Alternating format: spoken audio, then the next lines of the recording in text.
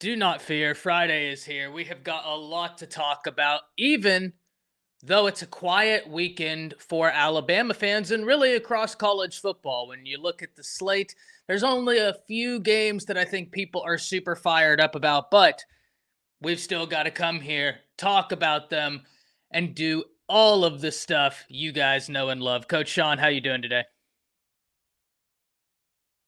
Oh, we got the mute bug already. You're on mute, Coach. What would a live be if you don't hit the damn mute button, right? What a way to start. Man, look, I apologize. Please forgive me. Trying to get a little money right now at the workhouse, trying to do what I need to do. I apologize if my sound is not the same. I apologize thoroughly, but I had to tap in just a few minutes with my brother Ty just to give him a few comments on what I thought was gonna happen. And I can't complain, man. Can't complain at all.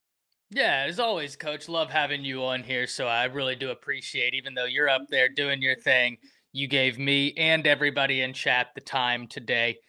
And Coach, I really wanted to start it with Alabama getting a big time win on the recruiting trail, because one of the things that I've seen in my comments is people saying, well, if DeBoer loses against LSU, this recruiting class is going to fall apart. And these aren't Alabama fans saying this, but fundamentally, I don't understand that, Coach, and I'm going to talk about why. Whenever we look, everybody who's watching this channel knows that I'm high on Brent Venables. I think that Oklahoma has been disappointing this year, but that's a lot in part due to injury. That team is so injured. I'm talking starting defensive backs, a bunch of offensive linemen, 5 starting wide receivers. Everywhere you look, it's injuries. The reason I give you Oklahoma is because when Brent Venables first got to Oklahoma, they didn't have a 10-2 season. They struggled. He still had a top 10 recruiting class. I can give you Auburn this year. Auburn is all over the place right now. And they're pitching a vision. Their recruiting class isn't falling by the wayside. So, Coach Sean, before we actually get into Vodney Cleveland, do you believe this notion that if Alabama loses against LSU, their recruiting class is going to fall apart? Where does that come from? Why is that the case for Alabama, but other teams can be just about 500 and still maintain top 10 recruiting classes? I personally think it comes from just us being us, Alabama being Alabama, Alabama always having the number one recruiting class, number two ranked recruiting class, always at least a top three ranked recruiting class. And so it's wins and losses, wins and losses. You know, you look for the cracks in anything, man, especially when it's something that's been as successful as University of Alabama has in football. When you look at Alabama's class, man, what's up, Anitra? How you doing? I apologize. I can't see the comments, man. Good to see all of you. Everybody tap in. I appreciate you guys. What's up, Goof? What's going on with you, bro? Crimson Tide, what's going on with your brother? Walt Albright up in here. Everybody, man, roll tide to you all. Um, I don't think so at all, man. You know, people gonna look for the worst of the worst and the bad of the bad and the best of the best, depending on which way they lean. It's kids out there that want to attend the University of Alabama. That's facts. It's kids that want to attend the University of Alabama. It's kids that grow up that if you're 17, 18 years old, and God forbid younger than that, all you've known is Alabama, maybe Clemson, maybe Georgia. There is no other school you know of that provides winning the way the University of Alabama has. No disrespect to no other school, but if you're under 18 years old, you have no recollection of no other school winning nothing besides Alabama, maybe Clemson, maybe Georgia, right? So you know, obviously they'll take the bad, they'll see the cracks, they'll see a kid decommit and make way more of it than should be made. When people just don't understand, when you see a kid decommit, a lot of times it's both ways. A lot of times the staff has moved on to other kids. A lot of times it's mutual. You know, every once in a while you'll have a decommit that does hurt the program, but most of the time when you see these kids decommit, it's on both ends. You know, both sides have their reasons why that it's okay. So Alabama's going to continue to be a machine in the recruiting area. They're going to continue to be a machine on the football field. And those that love us will applaud the recruits, and those that hate us will look for every recruit that decommits and try to make a bigger deal of it than it should be made. I love that because I think you hit the nail on the head. A lot of this has to do with Alabama being Alabama, the Yeah. success they've had.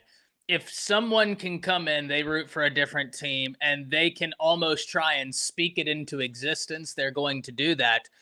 But I've been surprised at the rate I've seen these comments, and I get it. It's people trolling, but my question every time I would see that is, okay, well, why doesn't this reasoning apply to team X, team Y, team Z?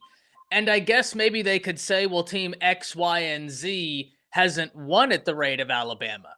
And then my counter question would be, well, then shouldn't it therefore apply doubly to that team if they haven't been able to achieve this success, if they don't know what it looks like, as opposed to a team that does know what it looks like? Whenever things aren't going quite right, you kind of have a North Star to guide you back on the path, where some of these other teams, there's nothing in the sky, coach. There is no North Star to guide them. And so I've been shocked by some of those takes, some of those comments, but I think some of them are probably just trolling. But as always, we like to engage in the fun. That gets me into the win that Alabama got yesterday. Vodney Cleveland, 6'3", 305 pounds, out of Birmingham, Alabama, Parker High School. If we look at 24/7 Sports Coach during the composite rankings, he comes in as the number 95 player in the nation, number 7 defensive lineman, number 7 in Alabama. But, and this is an important but, if you look at 24/7 Sports rankings themselves, not the composite, but where 24/7 Sports puts him, he's the number 35 player nationally, regardless of position.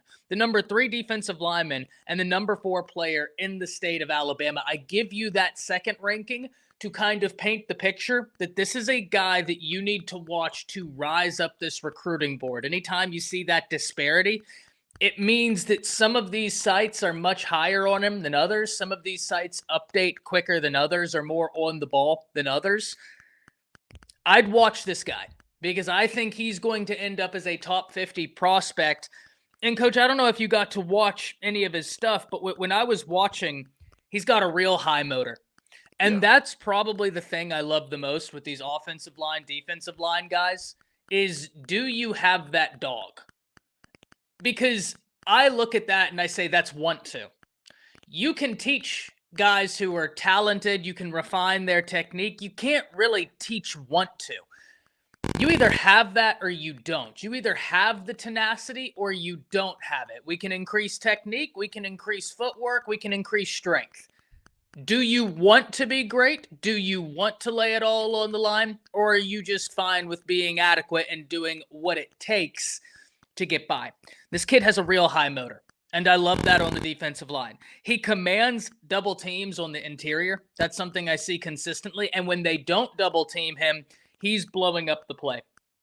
So I wanted to get your perspective on this as a former player. What do you think about when you see a guy on the offensive or defensive line who has that tenacity?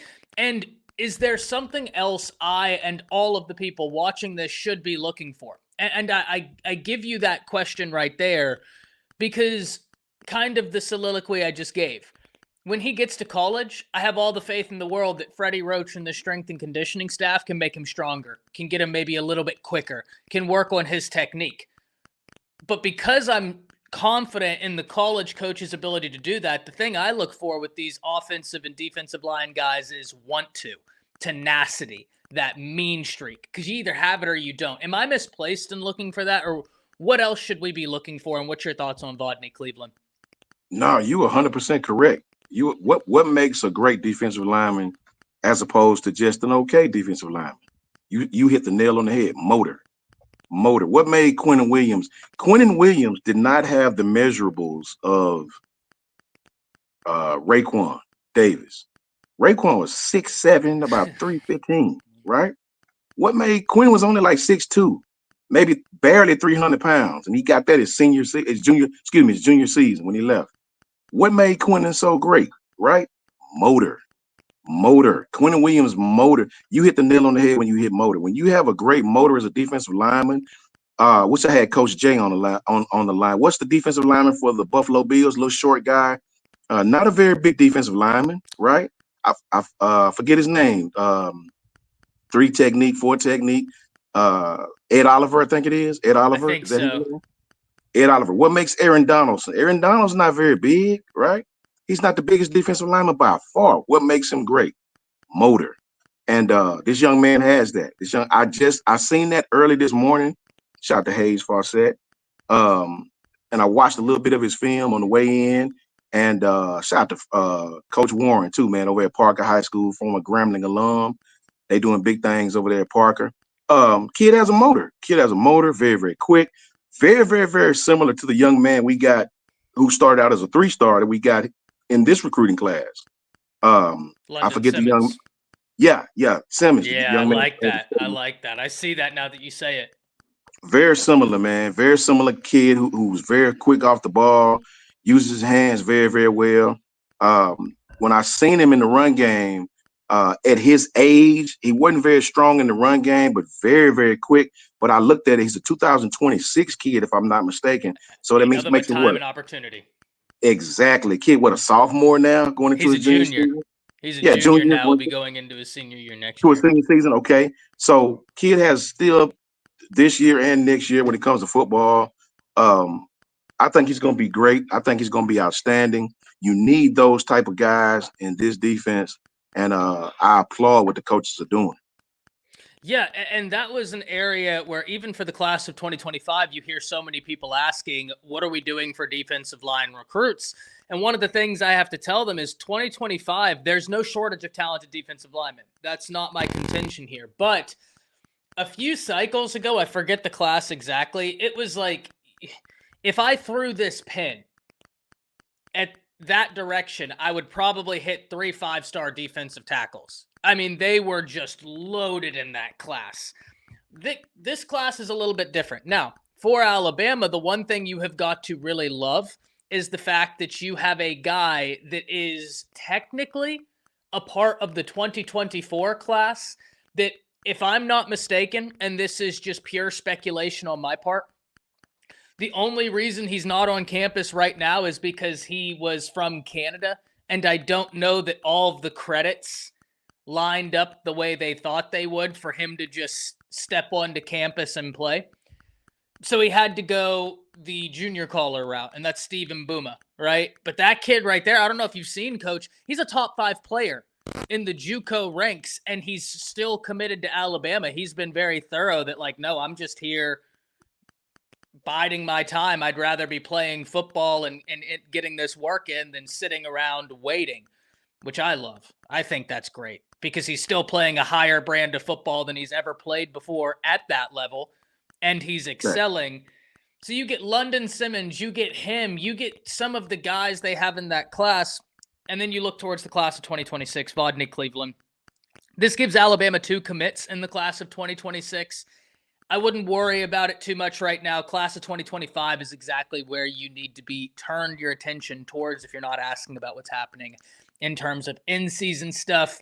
2026 will be here before we know it, but 2025, is where the major concern is right now. And I don't mean concern as in like you need to be worried about anything. I mean concern in the definition of like, whenever our coaches are out and about, you bet your sweet bippy they're out recruiting 26, 27, but they're really making sure they keep this 25 class together because this is an unbelievable class, number 1 in the nation right now.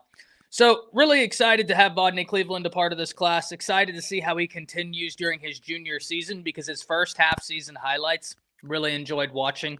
Nick Saban Jr. says it very well right here. Says he controls the line of scrimmage and gets off the block very well.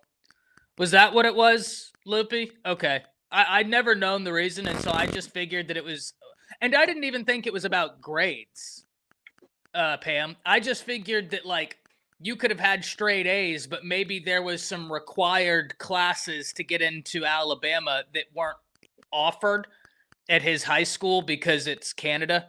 So when I said credits, I certainly wasn't meaning grades. I was meaning, like, maybe there were certain classes that you had to have that he didn't, something like that. But yeah, I wasn't 100% privy to the situation. Coach Sean, after we've talked about that, there is something I do want to talk about, though. There's a professional yapper about, ladies and gentlemen. There's a professional yapper. Paul Finebaum.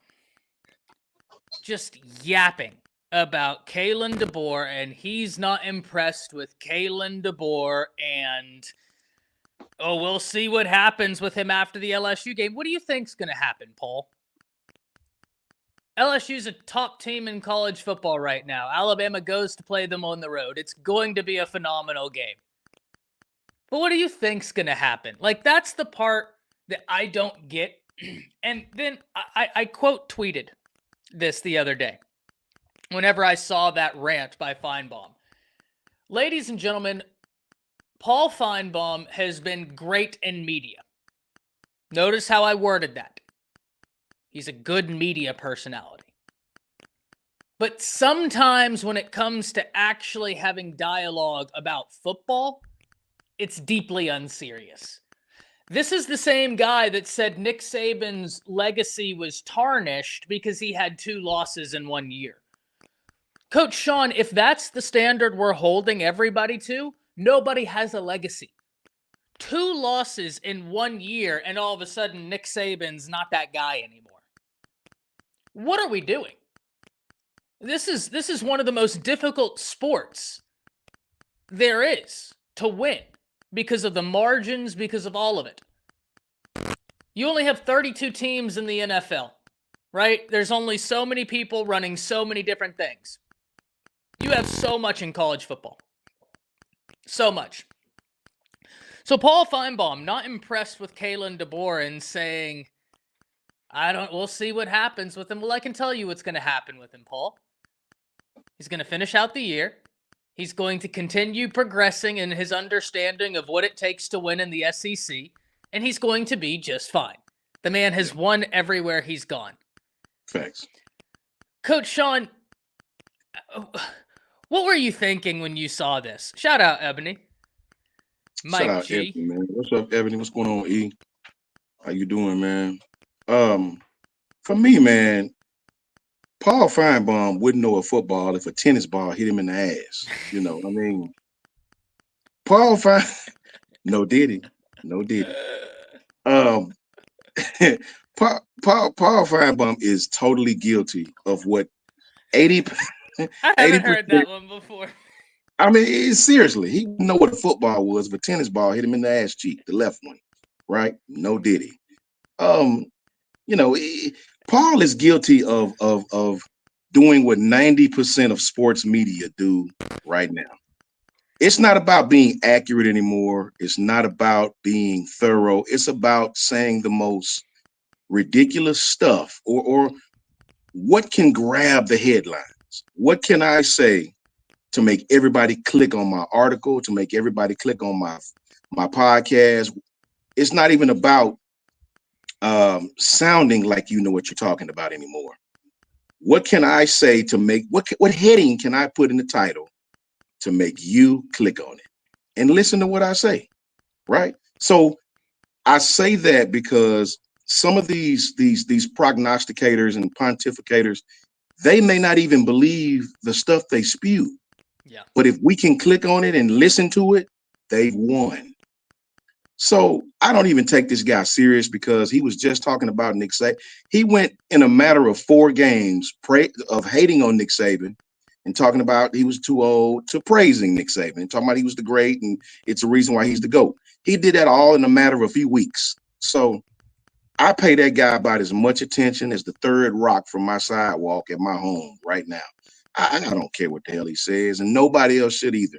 He'll be praising us if we win the SEC game, the LSU game.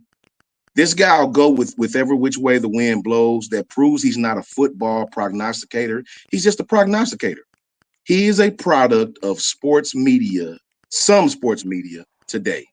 The louder I talk, the more crazy I talk, the more popular I am. So if it don't come from people who played the game, I really don't pay attention to it anyway.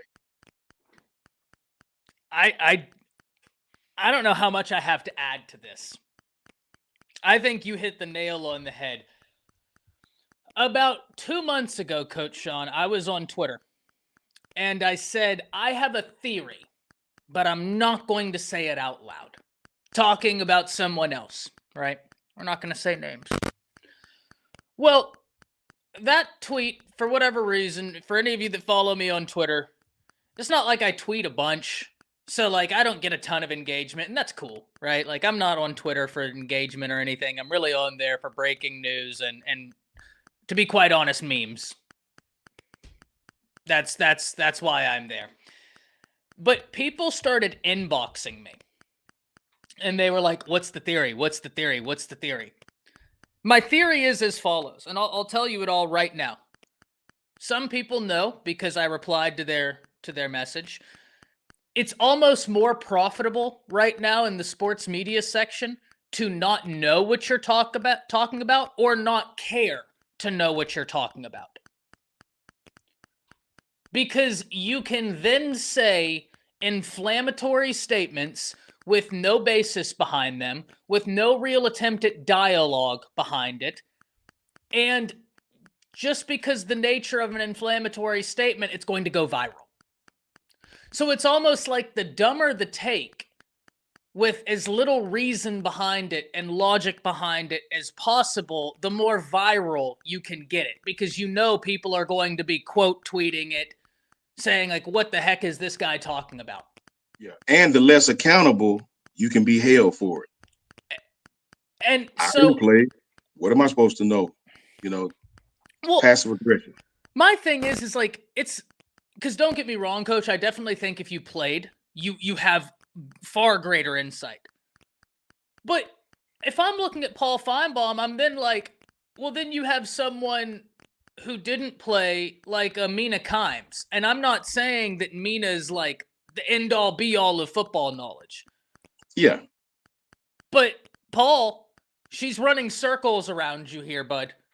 Facts. Right? Because she cares to Facts. try and know what she's talking about. Even if she says something wrong, we all do. But she at least cares to try and understand why things are the way they are and what she's talking about. I think in a lot of sports media now, though, that's just not the case. It's how can I say something? Remember, there was a certain host that works once again at ESPN that was handed a piece of paper and went on to say, Alabama just flipped some 3-star quarterback. Per his own company, he was the #1 dual threat quarterback in the nation and on the precipice of 5-star. But his gremlins handed him a piece of paper to stoke the flames because they don't care to have a principled conversation. They don't care to have a debate. They don't care to talk about football. They care for sound bites. Sound bites, exactly. That's that's what I was trying to say. And remember, we have to be cognizant of how did Paul really make his bones. He started out as a columnist, then he got a radio show at some point. The show became great and popular in this state and all around the SEC because of the drama that came with it. The people enjoyed listening to the calls and the people. It wasn't for anything he done. The callers made that show what it was, right? The callers were the crux of what that show became, right? And because the show was so popular, he got an opportunity to move into television, be live on TV, ESPN, the whole nine. Taking nothing from Paul Finebaum. He's had a long, great career. But I'm talking about the crux of knowing the game, knowing why screens are thrown, understanding the difference in what a 4-eye is. Understand what that guy wouldn't know that if you wrote it on a tennis ball backwards and he put it in the mirror from the read, he wouldn't know. And I don't get it because you're surrounded by some of the like Lance just said, he was just on a panel with Roman Harper. Like, do you know how much I would piss off Roman Harper if we did a show together? Because I wouldn't be able to stop asking him questions. Facts. And it's you hit the nail on the head. Hot takes, those topics that garner your attention. That's what it's became. Yeah, and Mike, I think you hit the nail on the head right here. Coach Sean, you said this as well. That's why when we started this off, I was very clear when I said I think Paul Finebaum is a very good media personality because he's accomplishing the goal, right? Excuse my French, dumbass took the bait, hook, line, and sinker because here we are. Me too. Me Right? too. Here we are talking about it, and he's just reeling in. So, like, he's a good media personality. I do not take that away from him. And someone in my position, I'm not going to lie, I do learn from aspects of what he does. But the one area where I will not compromise is because I came from the world of debate, I'm here to have dialogue. Whether you agree with me or disagree with me, I don't care if you leave my stream and you say, I disagree with Ty. As long as that's followed up by, but I understand where he's coming from and why he might hold that view, then I would have accomplished my job. Because then you understand where I'm coming from. You understand my position. You don't have to agree with me. I don't ask to be agreed with. I ask to be understood. And if I have done that, then I have done my job because now you have a more informed view of why I feel like it. And then your opinion is even more furthered, whether you agree with me or not. You are now even further in your opinion. So, yeah, he kept saying that, Coach, and I'm sitting here like, the guy beat Georgia. And this is something where, you know, we've all heard it, Coach, that this is the most talented Alabama team ever. Maybe from a Stars perspective. And I don't mean to sound like this is an incredibly talented team. But the reason why I don't allow that logic to be thrown in Kalen DeBoer's face is, are we saying this team right now? Because I do believe in 3 years, this roster is going to be unbelievable. And I do think it will fit the bill. But I think it's very young right now. Are we saying that this roster right now is head and shoulders better than the roster that Nick Saban lost 2 games with? Mind you, that included Kool-Aid, Terrion Arnold, Brian Branch, Malachi Moore, Bryce Young, Dallas Turner, Will Anderson. Is this roster head and shoulders better than that roster? I mean, I'm looking in the NFL and I'm seeing Will Anderson already with 7+ sacks. Brian Branch might be Defensive Player of the Year. Facts. Kool-Aid, Arnold, Bryce Young, Jahmyr Gibbs. Yeah. They lost 2 games, regular season. Is this roster head and shoulders better than that one? Maybe in a few years it will be. I grant you that. But it's so young right now. It's so young, so inexperienced. And you want to know what else that roster benefited from, Coach Sean? Continuity. Facts. This roster didn't. So that's where I think things need nuance, right? So KD should get criticism. No coach. No, I don't think that, you know, anybody should be exempt from criticism, Darius. I don't think that. I think that it's completely fair to criticize to a point, but that's when we have to have the nuance and the context of the situation. No college coach ever got a new team with a Heisman candidate quarterback and veteran players on both sides. Well, he didn't have the number 1 recruiting class. He got the number 1 recruiting class, Darius. So that's not true.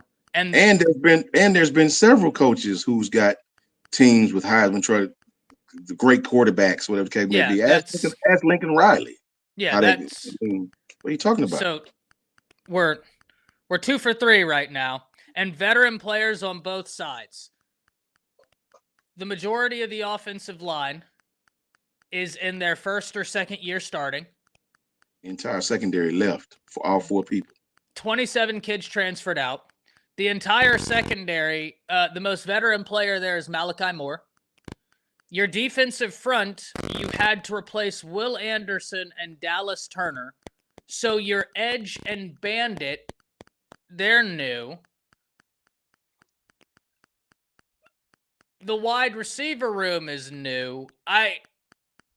I don't think that that's completely accurate, Darius, but I do agree with your premise.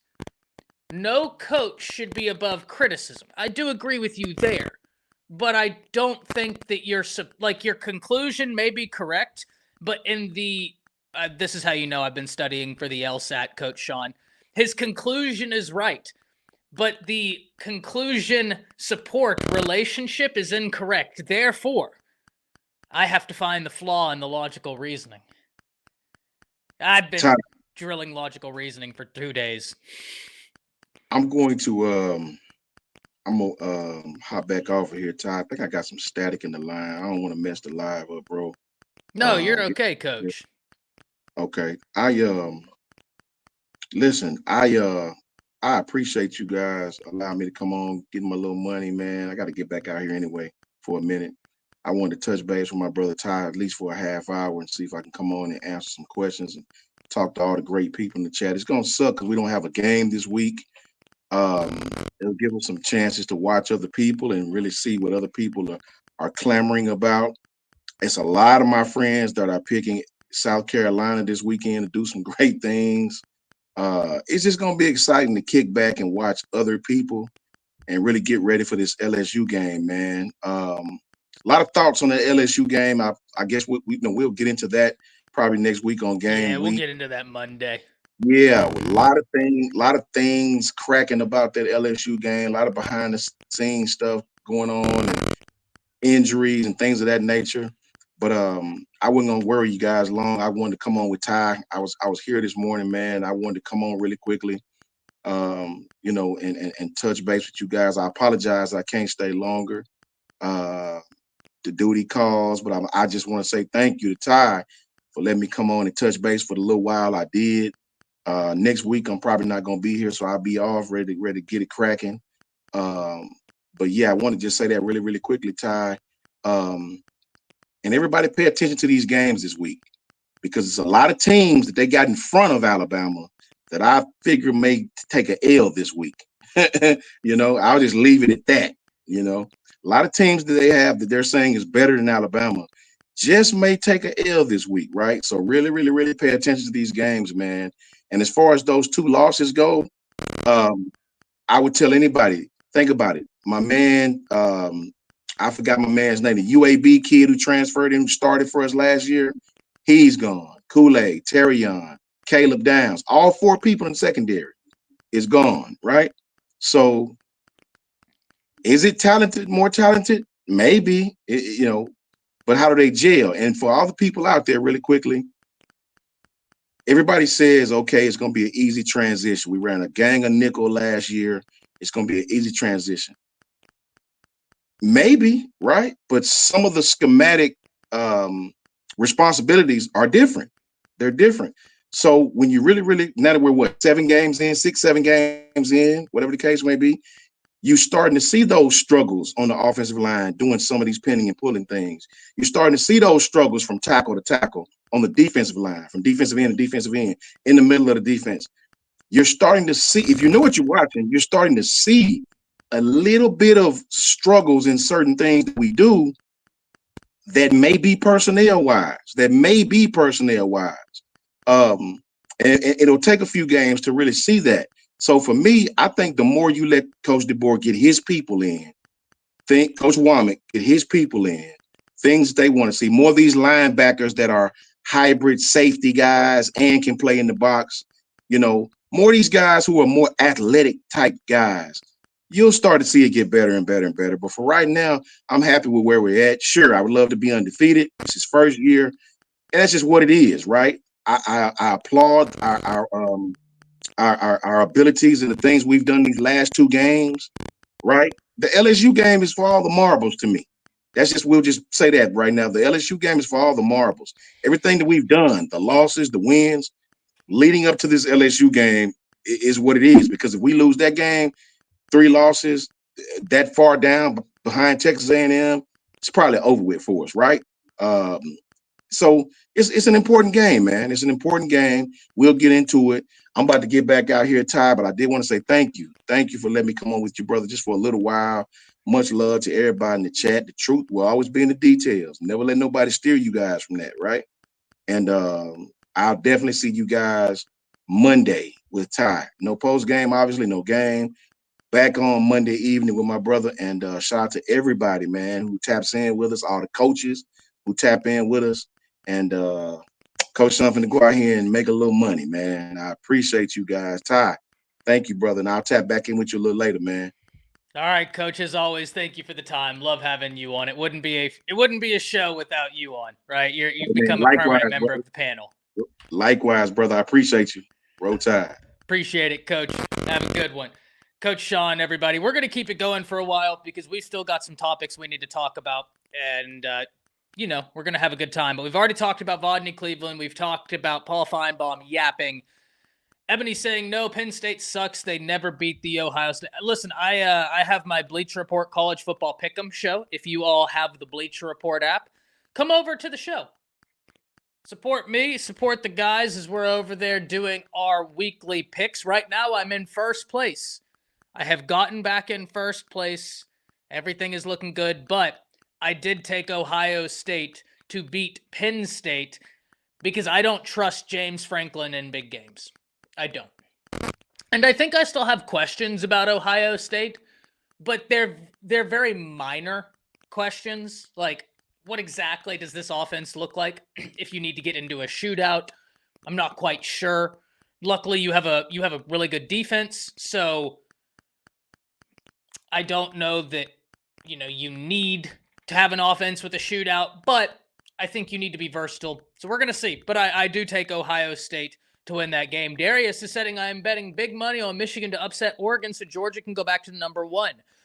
I don't see it happening, Darius. I don't. And listen, this is one where if I'm wrong, by all means, come into the chat on Monday. Let me have it. That's all good. But Michigan isn't a complete football team. And Oregon's defensive front is pretty good. From Mateo Uongale to, the other kid they have, whose name escapes me. Like, they have some talent in that defensive front. I just don't think that if you're Michigan, the notion that we're just going to try and run it down your throat, I just don't think that's going to work. I don't think that's going to work against any of these talented teams. I just don't. You have to be a complete football team, and they're not. They can't throw the ball. I do grant you this, Darius. Now, I do grant you this. I do agree with you here. The big house is not an easy place to play. Listen, when you're right, Darius. And I'll always be the first to tell you, you're 100% right there. There's a reason why I probably gave Texas more credit than a lot of other people for that Michigan win because it was on the road. Now, even though I gave Texas more credit than other people for that Michigan win, it would always still have, dare I say, an asterisk by it because it's a game we have to unpack. You were still playing a team with no semblance of an offense. They're one-sided. You're going to be able to thump on that defense if the offense can't get anything going. So I do agree with you, though. If Michigan would have played Texas in Austin, I would have said, like, hey, solid win. But I don't put a whole lot of stock into it. And I'm not saying that I have, like, a bunch of investment in that stock. I'm just saying that from a win perspective, because they did it at the big house, it did mean a bit more to me. So I do grant you that. Coach I, how you doing, man? Good to see you, Coach I. If you want to hop in here, Coach I sent that link in one of our Twitter group chats. You always have an open invitation. Always have an open invitation. Yeah, I don't know. It's once again, if I'm wrong, Monday, flame me. It is what it is. But I just don't see Penn State taking down Ohio State. And while I do think that this is a more talented Penn State team, I just don't know that I trust Franklin in big games. I just don't. I just don't. And I think that there's a conversation to be had about Ryan Day in big games. But I trust Ryan Day 1,000 times more than I do James Franklin in these games. I just do. I just do. Latoya saying I'm picking Georgia and South Carolina to win this weekend. I picked Georgia against Florida. I definitely picked Georgia against Florida. I don't think that Florida is the awful team we all thought they would be. I think that they have a terrible schedule. A terrible schedule. And I've said this since the season started. I was higher on Georgia than a lot of other people. Shout out Brandon. If you're in the chat, Brandon, you'll know you messaged me on Twitter and you were asking, "Oh, what do you think about Georgia?" And I said, I'm higher on Georgia than a lot of other people. I think they're going to be a really, really good football team. A really, really good football team. It's Kirby, right? So I think Florida's probably better than we give them credit for. They've just had a really hard schedule. They're actually doing better than I thought they would do. But I'm taking Georgia. Now, South Carolina to win. That's an interesting one. And this is a game that really kept me up Wednesday night and really last night. I almost switched my pick. I'm taking A&M. I'm going to take A&M in that game. South Carolina is a really good team in terms of what they do defensively. Like, that defense is so darn good. That defensive front is terrifying. I'm so glad that Bama's already done with South Carolina, that you got out of there with the W, because that defensive front is terrifying. But when I look at Texas A&M, I really like Elko. I really like the Elko hire. Now, part of that was, if you've been around my channel for any extended period of time, well, yes and no, Ran. Like, your defense is very good. But whenever we have a large sample size against teams that aren't very good and Michigan still can't, move the ball, it has nothing to do with your defense. Respectfully, of course. Right? Respectfully, of course.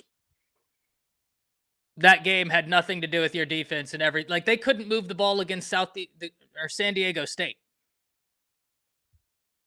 So, but I do like Texas's defense, but I just don't know that that's the argument I'd make for Michigan, because they just have no offense.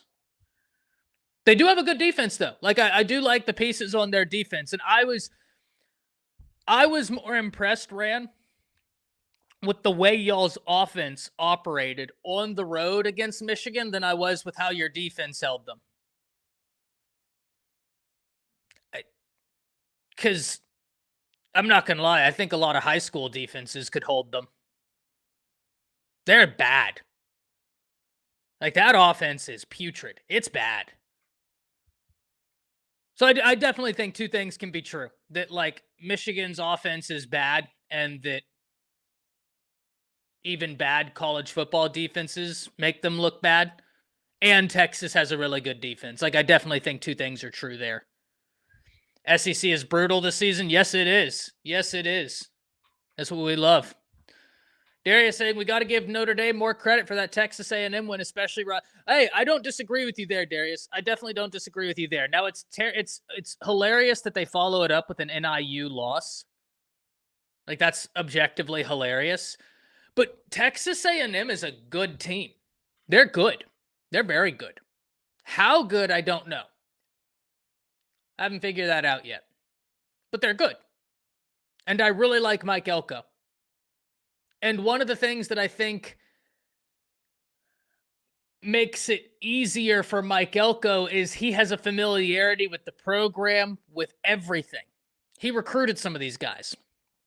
So for him, it's jumping in and ready to go.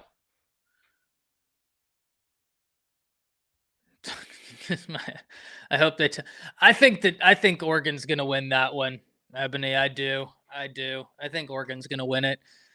It's just too easy to stop Michigan. Oh, what are they going to do? Handoff. It's just too easy. I also, Darius, you and I are on an agreement roll right now, man. He says that Texas versus Texas A&M game at the end of the year might break viewership records. That's going to be an unbelievable game. Two very good football teams going at it. That's going to be an amazing game. I can't wait for that game. I'm genuinely so. That's probably, I don't know, man. Like, I'm an Alabama fan. I cannot wait for Alabama versus LSU. But if that isn't maybe the game I'm most looking forward to, is that Texas A&M game. I don't know, man. I'm really excited about that one. I completely agree with you, Darius. I completely agree with you. 100%.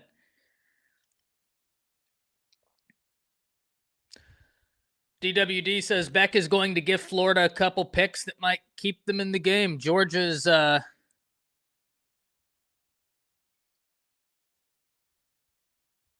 not the offense. Yeah, no, Georgia's offense isn't great. It depends what Beck you're getting. Well, Ran, you want to know the other side of this? You had Georgia absolutely bend you over and spank you for the first half, and Georgia has been one of the worst first half offenses in the SEC. Right? So, like I said, I do agree with you. Texas's defense is good, but I'm also from the world of debate. If you're telling me your defense is so great and that's why you shut Michigan down, I'm telling you that the bias isn't allowing you to see the forest from the trees. San Diego State wasn't great. Now, I do agree with you. What y'all did in the second half against Georgia is very impressive because Georgia first half offense has been awful, but Georgia second half offense, they've come out of halftime and really click. I was so impressed with Sark and them, Ran, at the adjustments they made. So I definitely agree with you here.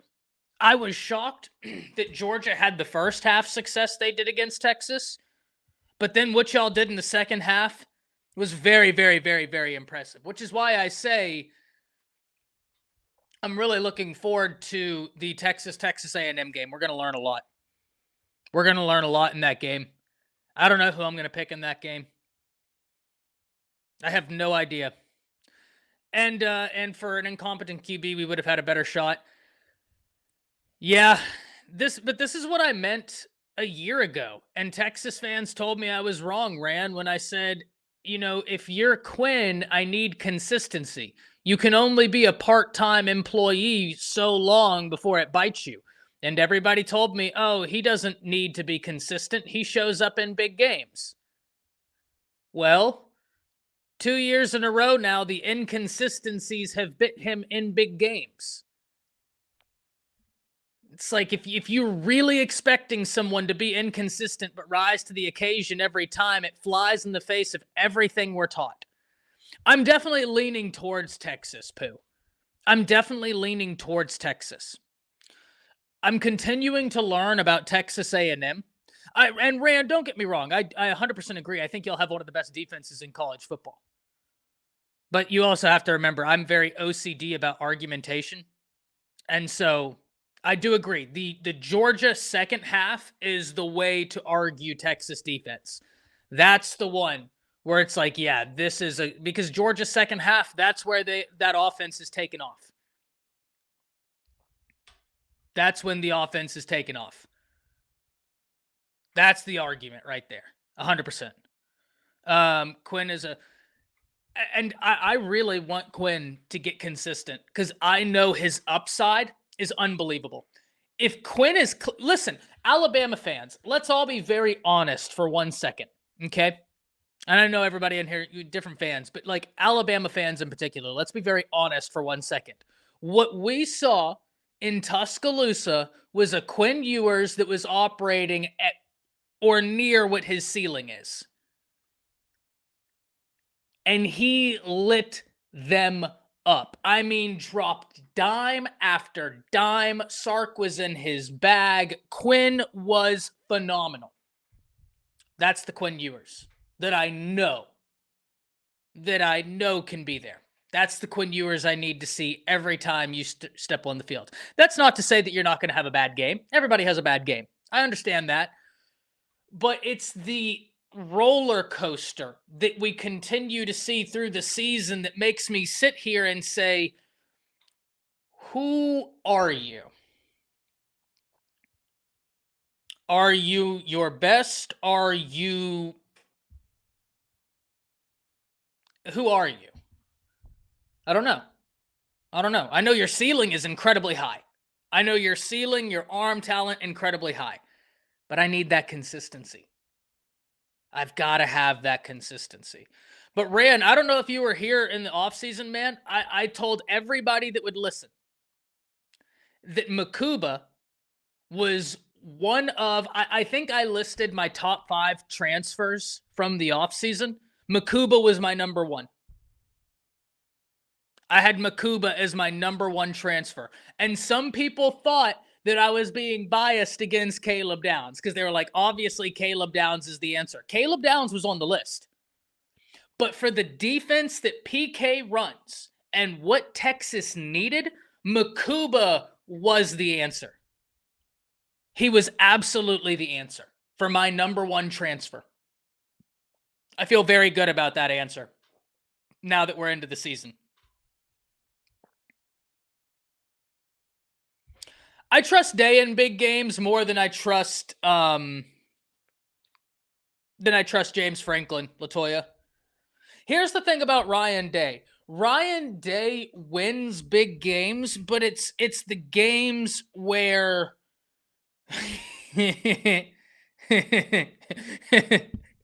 piano. This is what makes this fun, is sometimes I'll be in the middle of a thought and I'll see one of your comments and I can't help but laugh. Yeah. Okay. The deal with Ryan Day, LaToya, in my opinion, once again, I'm not saying I'm wrong, but in my opinion, Penn State is this is a big game, but Penn State, for me, they are not Ohio State's equal. That's not his equal. Where Ryan Day has struggled, and I also think that we must be completely honest, it is due to coaching youth. I know he's been at Ohio State for a bit, but in the grand scheme of things, he hasn't been a head coach at the same rate as some of these other guys, right? Now, that's not a great excuse because,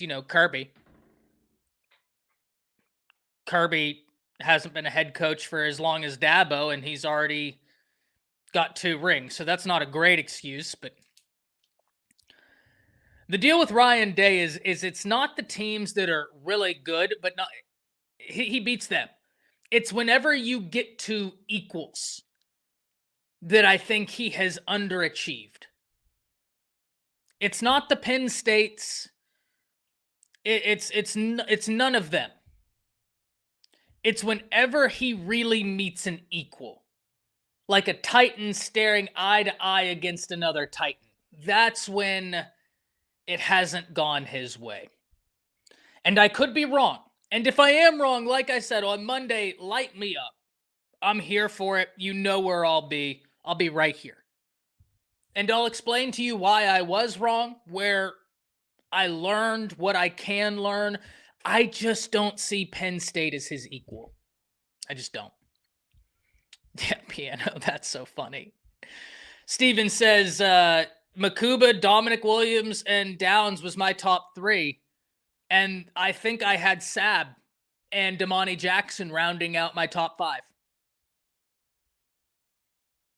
And in hindsight, I probably should have had Damani Jackson higher, but that was my top 5. That was my top 5. You're 100% right. It was Makuba, Dominic Williams, Caleb Downs, Keon Sabb, and Damani Jackson were my top 5 transfers. Now, definitely should have had Cam Ward. Right? Cam Ward has been great. There's no denying that. So that's going to be an interesting list. I'm probably going to try and go back, Steven, and find that live where we did it and do a where I was right, where I was wrong.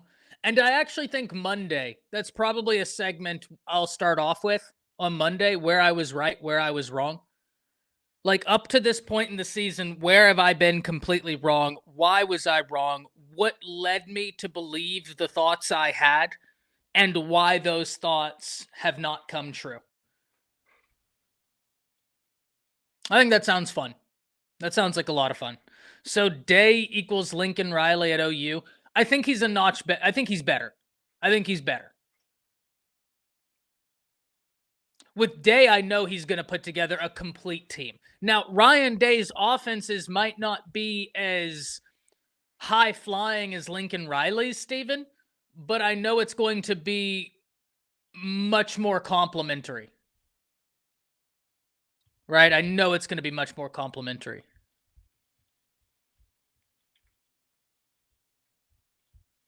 I think I saw Dwight in here for a bit.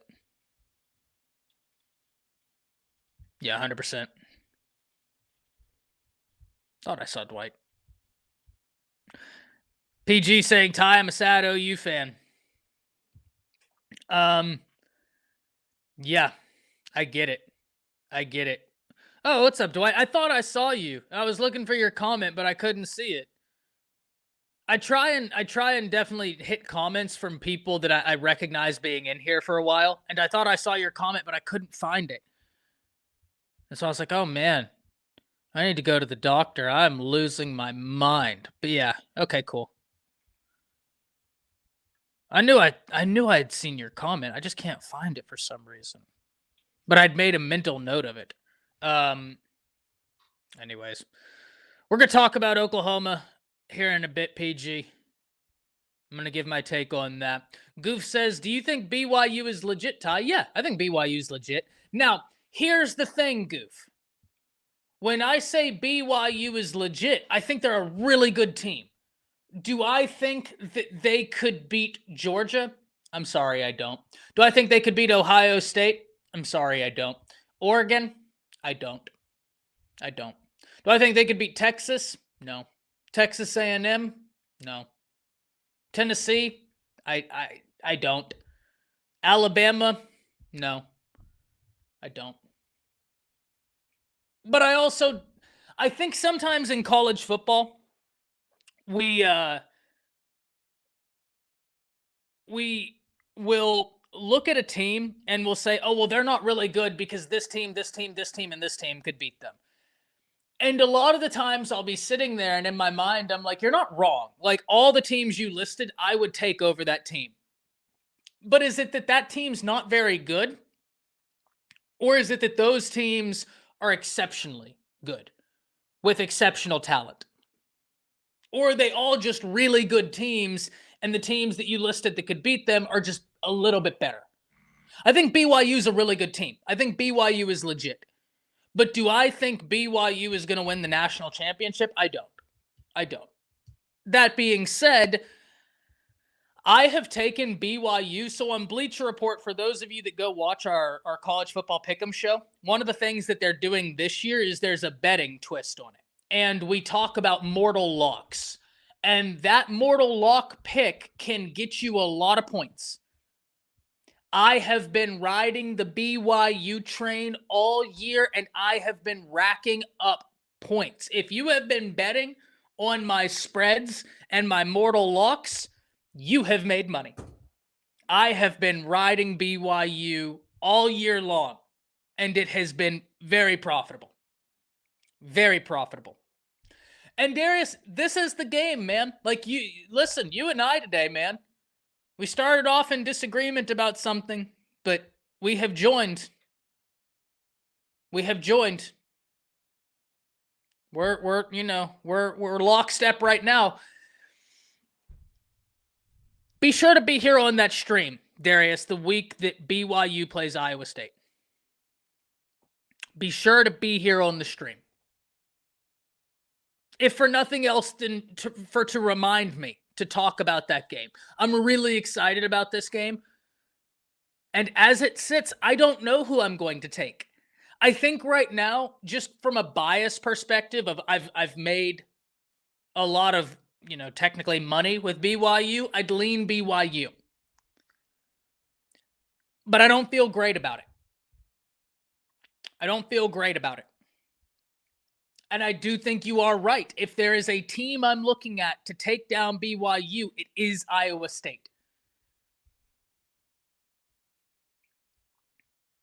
Pooh and Darius, you're kind of asking an analogous question. So let's get into it. Hey, is Coach Prime staying at Colorado? Check out his recruiting class. What is he doing? And then Darius saying, Ty, why do Colorado football brag so much and they haven't had a legit win in 2 years? Best win in 2023, Arizona State, 2024, Cincinnati. So in terms of recruiting, Pooh, I would have to...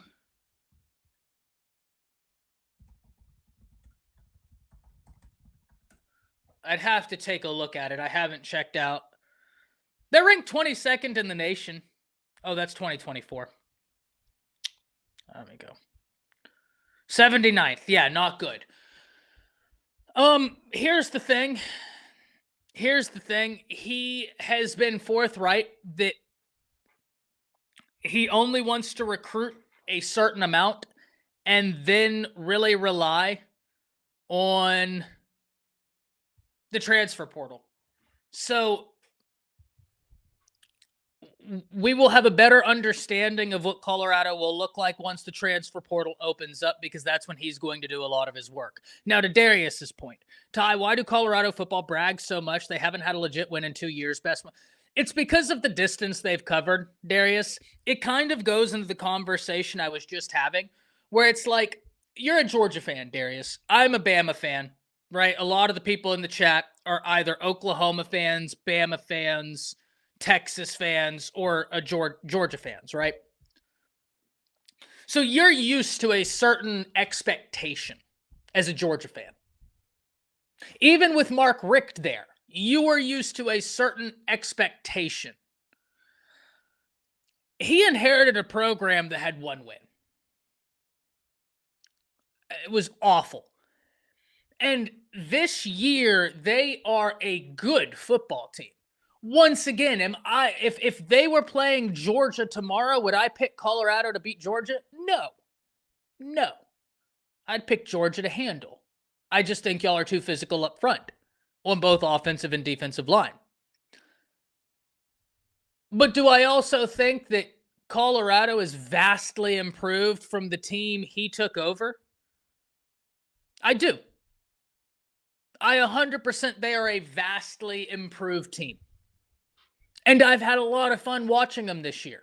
I listen, I don't think that Colorado, I'm not, in the disbelief that they're going to win a national championship this year. They're not. But if I was a fan of the Buffaloes from before Prime got there, and I've watched what he's done to where now nobody cared about Colorado Buffalo football before he got there. Let's be honest. Nobody cared. A lot of people didn't know they existed. Nobody cared. People care now. Whether you care because you're rooting for them or you care because you're annoyed with the antics, you care. Viewership massively up. Listen, if I was a fan before he got there, I'd be talking too. Now, I would be talking within a confine, right, of reality, where it's like, we're not going to win a national championship, but yeah, I'm going to bump my gums. Because why not? Look at what I just had to watch 3 years ago, and look at what I'm doing right now.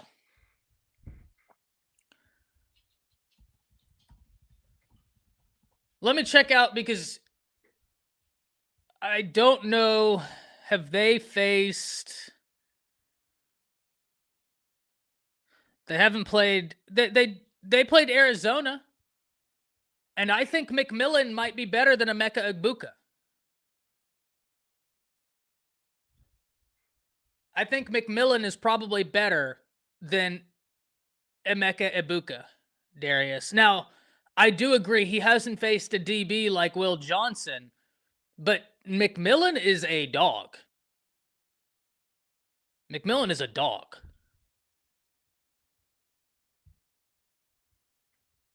I do think that he should be in the running for Heisman. Travis Hunter, what he's doing is sensational.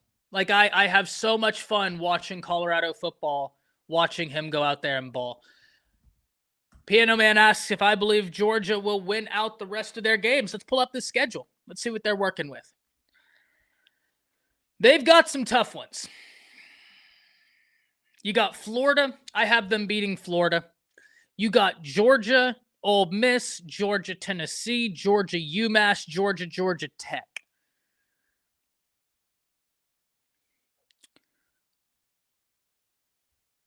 I have them beating Florida. Obviously, I have them beating UMass. I think that Tech game is actually going to be pretty fun because of the offense Tech runs. I don't know. I'm weird, though. I enjoy watching Georgia Tech games. I have a problem, okay? This is a me issue, okay? I have a problem. But I have them beating Florida. Ole Miss is that's one that I'm looking at. They're on the road for Ole Miss. And if Beck starts throwing turnovers, I would probably think that they do go undefeated the rest of the season, Piano, but that Ole Miss game is going to be a doozy. And Tennessee, if Tennessee's offense wakes up and starts catching life,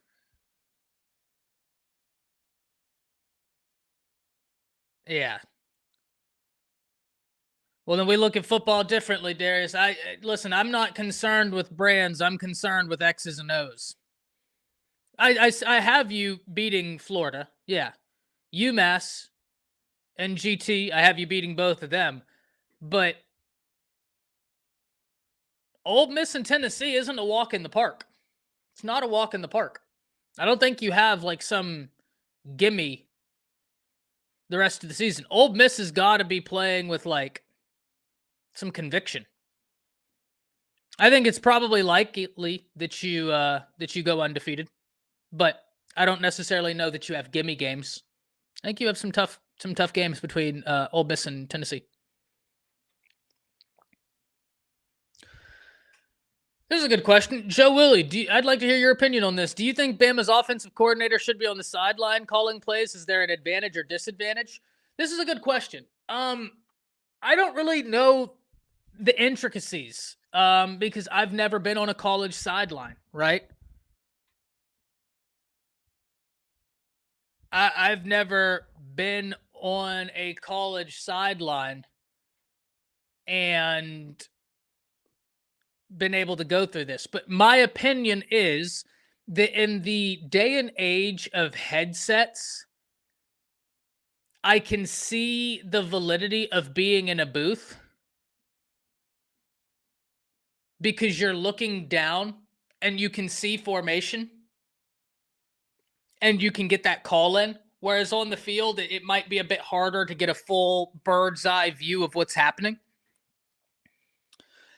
But the flip side of that is it's much more difficult to get a feel for your team in a booth as opposed to being on the sideline wherever you can just have that communication whenever you want.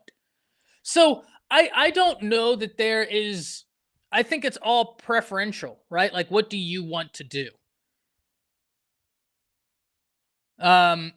If he's more comfortable in the booth, have at it. But like in the headset day and age, the booth gives you that bird eye view where up until until there's 15 seconds, you can be talking to your quarterback saying, hey, they're in this look right here. They're in this look. Watch out for this, that, and the other. But you don't have that same feel that you do if you're on the sidelines and able to communicate with everybody. So I think for probably experienced offensive coordinators, it's like either or. I think that there's a lot of advantages to being on the sideline, though. I don't really want to commit to one way or another because I really do think it's a preferential thing for each guy, what they want to do. And I'd be very interested. I'll give you this right here, Joe. As always, love the Corvette. Before headsets, I was adamant sideline. But I don't know how headsets have changed the game enough to know if it's now made it to where booth is like where you want to be. I don't know the answer to that. I would really love to talk to a coach.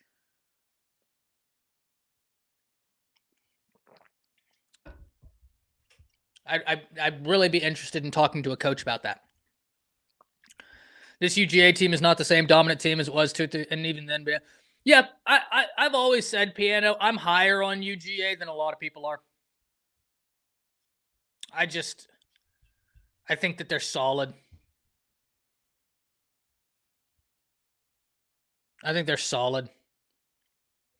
I'm not saying I think that they're 2021 or 2022 UGA, but I still think they're a really good football team. But I'm that's just the way I've looked at it.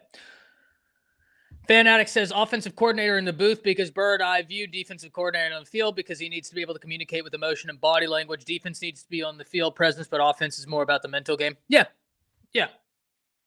I can completely get this. Before headset communication, I probably would have said offensive coordinator on the field too, just because, I don't know, maybe that's just a personal me thing. But since headset communication has come in, that's why I have no problem. And I completely understand coordinators being in the booth. But that's from Coach I, ladies and gentlemen. Super knowledgeable on the game. So love that input right there, Coach I. Thank you very much for that. I did want to talk about some Oklahoma before we get out of here. Because PG says he's an Oklahoma fan that's in pain. And I get it. This isn't the season you wanted. This isn't the season you had planned. But I also don't know that you can plan for the amount of injuries Oklahoma has. In the wide receiver room, Nick Anderson, Farouk, Gibson, Burke, Andrell Anthony. Then on the back end, Gentry Williams, Dolby. On the offensive line, Hatchett. And then you've had a revolving door.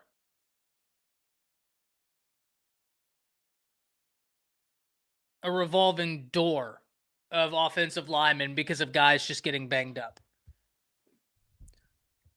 Then you had the quarterback controversy. You had an offensive coordinator that I don't think had any feel for football at all. And your offense actually looked best whenever you had a guy who never called plays, call plays. Boy, if that's not damning, I don't know what is. I hate to be that way, but a fact is a fact. Your offense looked better when a guy that had never called plays called plays. Indiana. I take Indiana. If the quarterback is healthy, because I know he just had surgery on his hand, Indiana.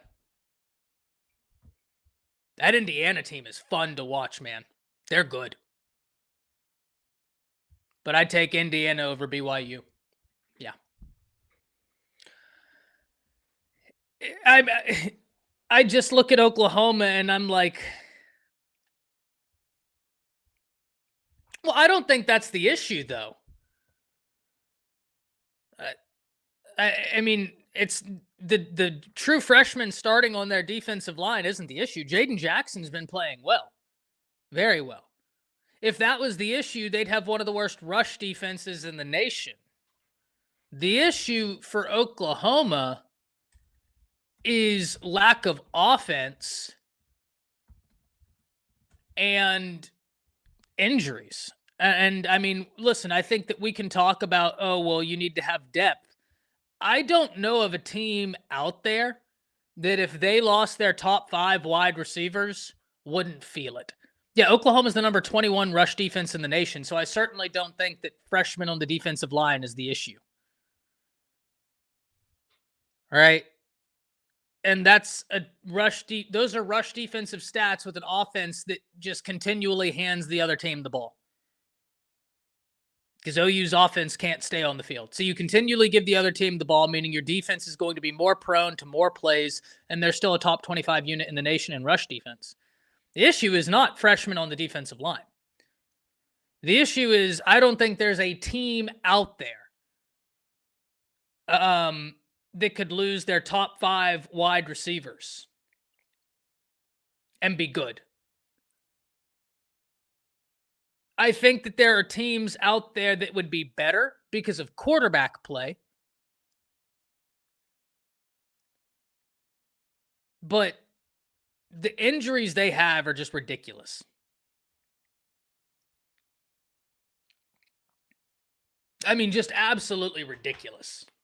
And then maybe your 2 best guys from a corner perspective, your 2 best corners go down. I mean, that's tough. And I think they were saying they've had 8 different offensive line combinations at this point because guys just keep getting hurt. It's actually ridiculous what's happening over there. It's actually ridiculous. Now, do I think that coaching has helped? No, I don't. I'm going to be very honest. I don't. How the hell do you let a guy like Tawi Walker walk? I didn't think about that in my head, Walker walk, but you get my point. How do you let him walk? And now he's at Wisconsin lighting it up.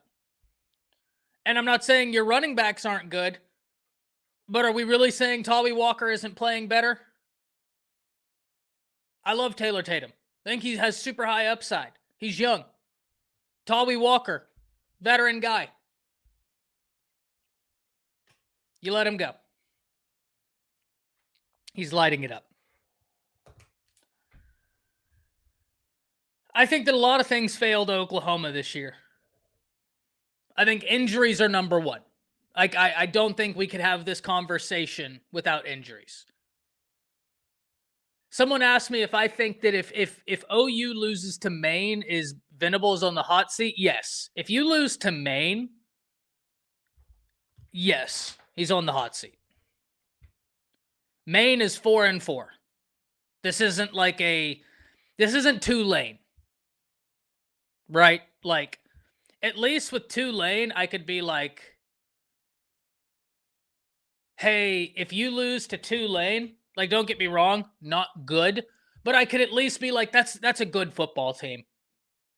That's a solid football team. I know they're not Power 5, but they're a damn good football team.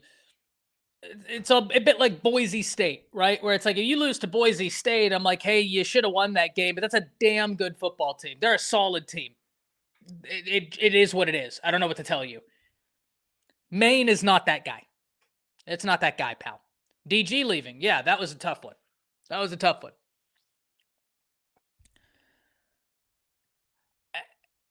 If you lose to Maine, yeah, it's bad. It's really, really bad. Maine. Okay, guys.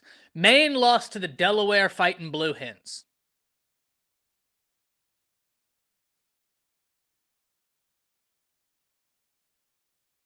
The Delaware fighting, not fighting, fighting Blue Hens.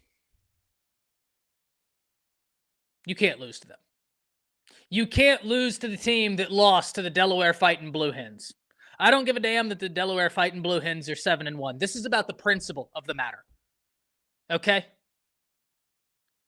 This is the principle of the matter. That can't happen.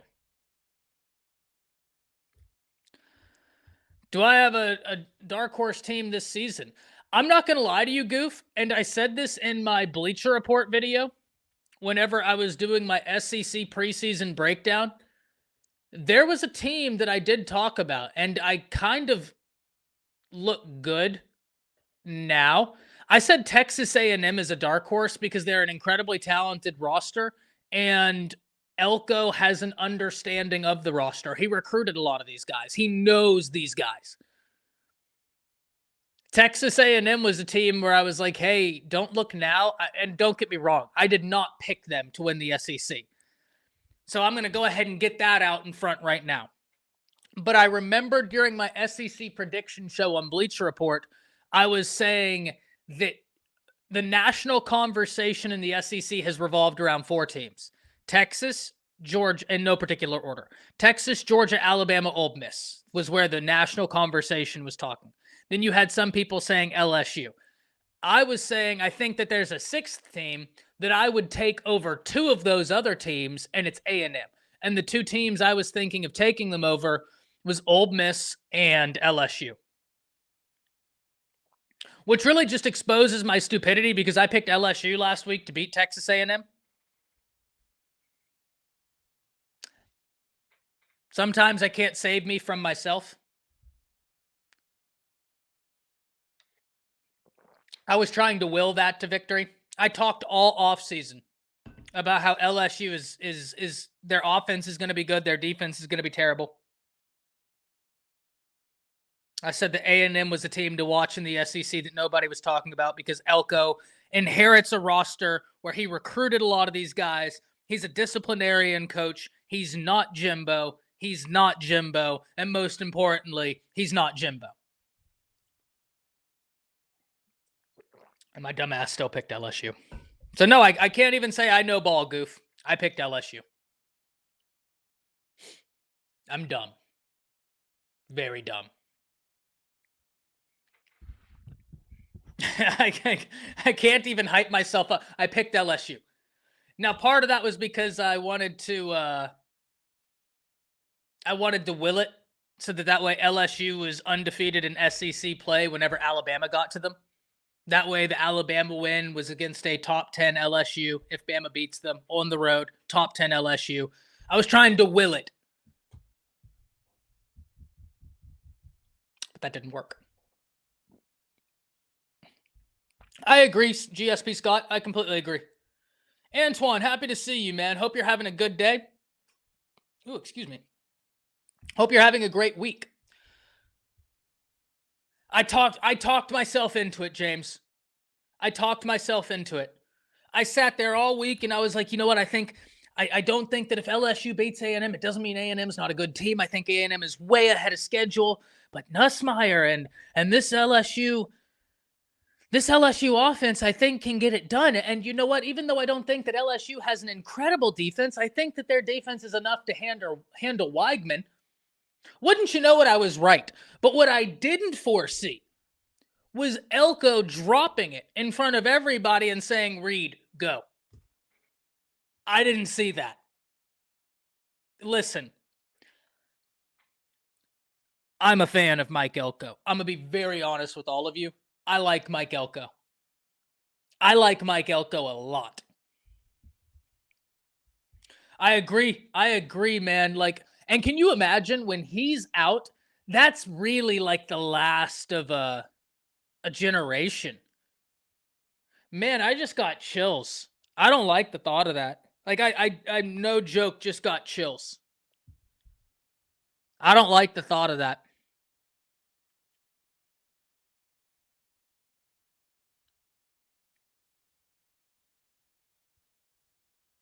I don't like the thought of that at all. But you're right. You're 100% right. And once again, you have maybe my favorite profile picture.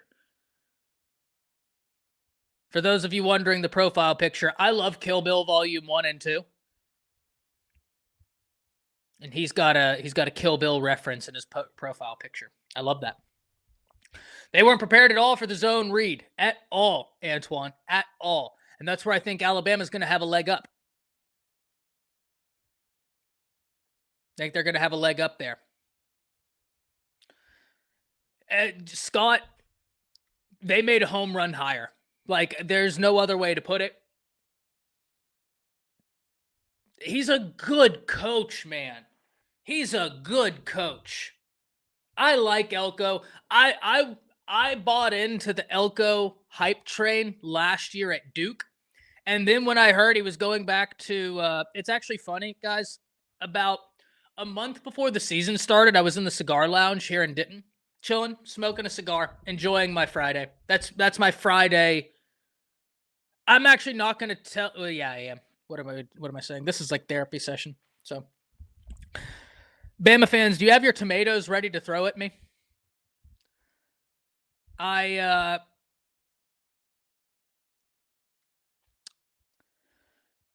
haven't been to the cigar lounge 2 times or 2 Fridays this year. Do y'all want to guess which 2 Fridays or this football season? I haven't been to the cigar lounge 2 Fridays this football season. Do you want to guess which 2 Fridays they were?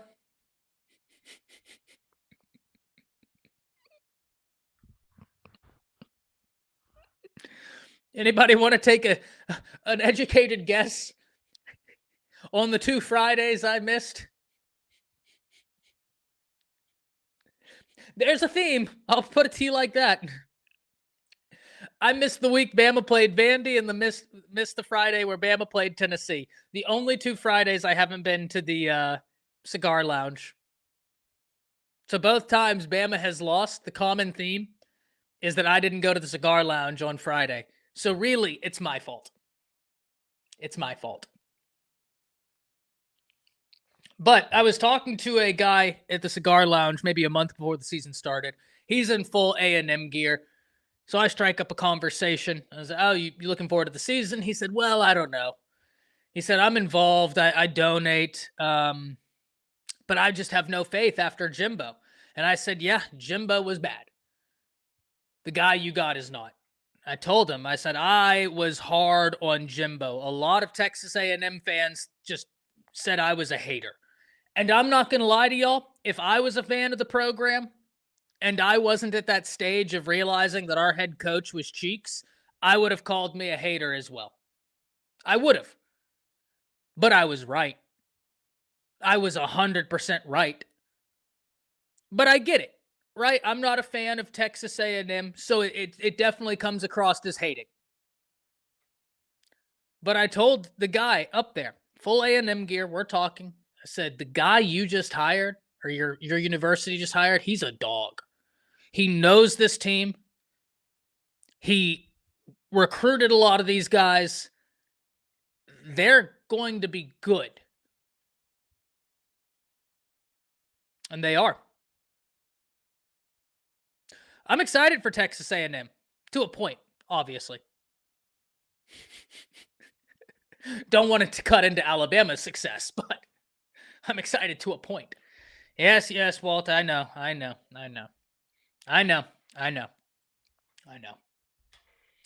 It's not going to happen again. You can bet your bottom dollar next Friday, I'm going to be up at that cigar lounge from the moment I get out of that Bleacher Report stream until the moment my wife drags me out of there. I'm going to be like 8 cigars deep. Getting sick to my stomach from cigars, but I'm going to will that victory. You bet your bottom dollar on that. I'm going to will that victory. I'm actually going up there right after the Bleacher Report show. I already have the cigar in mind. I can see it in my mind's eye where I'm going, picking it up. Whole process. I already see it. I've planned this. Jimbo was so bad, Coach I. He was so bad. And my biggest problem with Jimbo, objectively, and this is why I do accept if an A&M fan said I was a hater. Like, you're not wrong. Because my biggest problem with Jimbo actually had nothing to do with Jimbo at all. It had to do with the university extending him. And I always looked at that situation and I would ask the question, what the hell is the difference between Kevin Sumlin and Jimbo Fisher?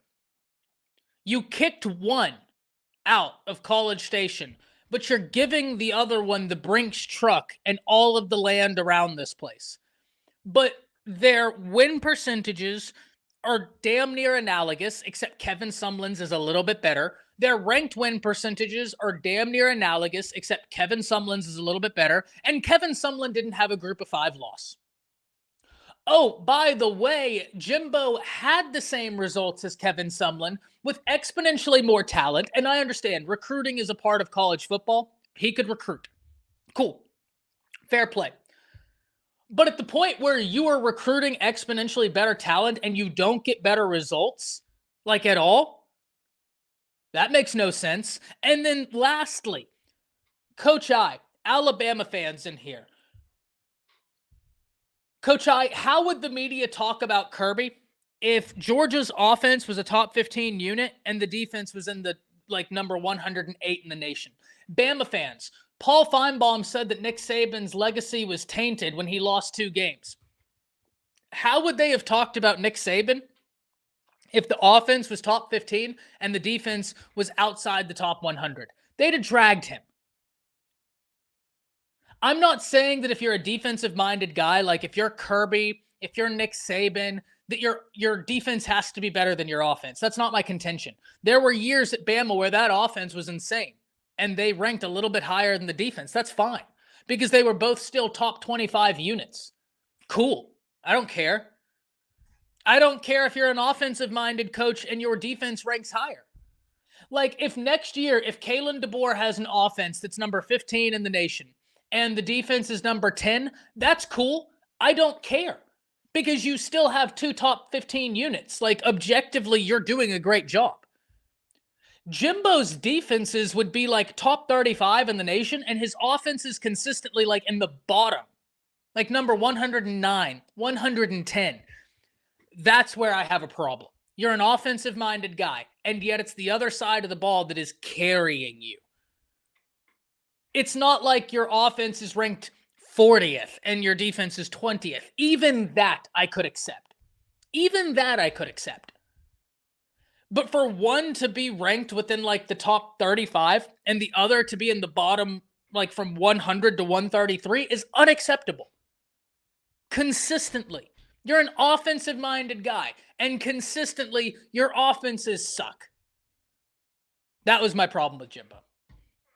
You all just got my Jimbo rant, and he's not even coaching anymore. Somewhere Jimbo's just sitting on a couch like, what the hell? I'm out here catching strays, not doing shit. My fault.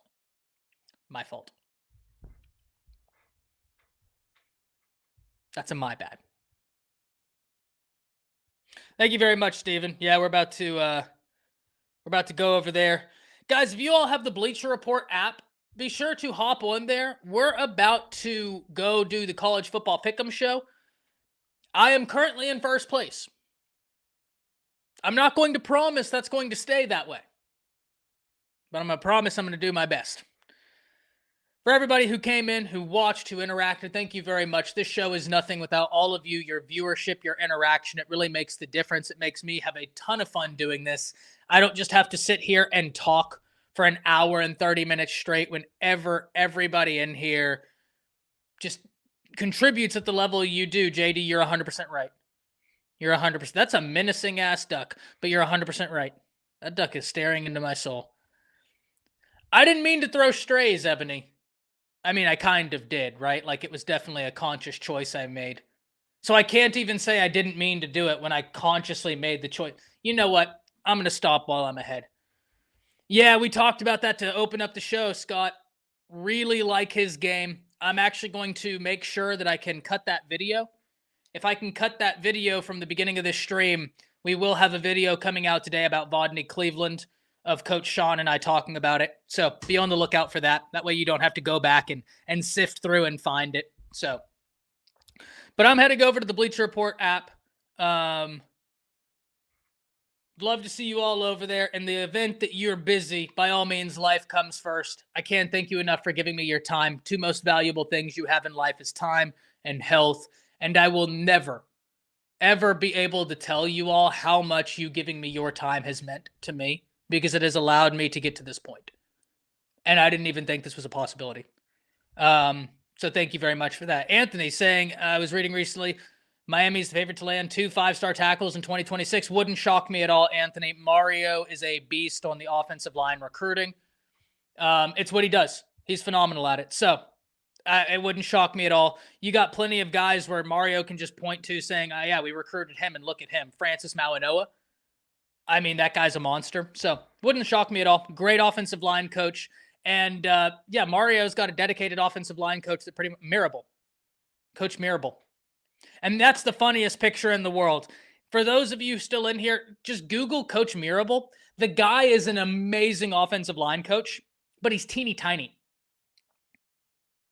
Like, Ebony, do me a favor. Because I know my sense of humor. Like, you relate to my sense of humor. Google Coach Mirabal and find the pictures of him standing next to his offensive line. The guy is a monster offensive line coach. Like, he is an incredible offensive line coach, but he is teeny tiny. And him standing next to those guys, like you're sitting there, you're like, that's not the offensive line coach. That's the offensive line coach. Until Monday, ladies and gentlemen, I got to hop out of here. Enjoy your Friday. Enjoy your weekend. Thank you so much for being here. Thank you for all of the support. And until next time, we have got to let the third member of the panel say their piece. The spinning wheel of doom. And it spins.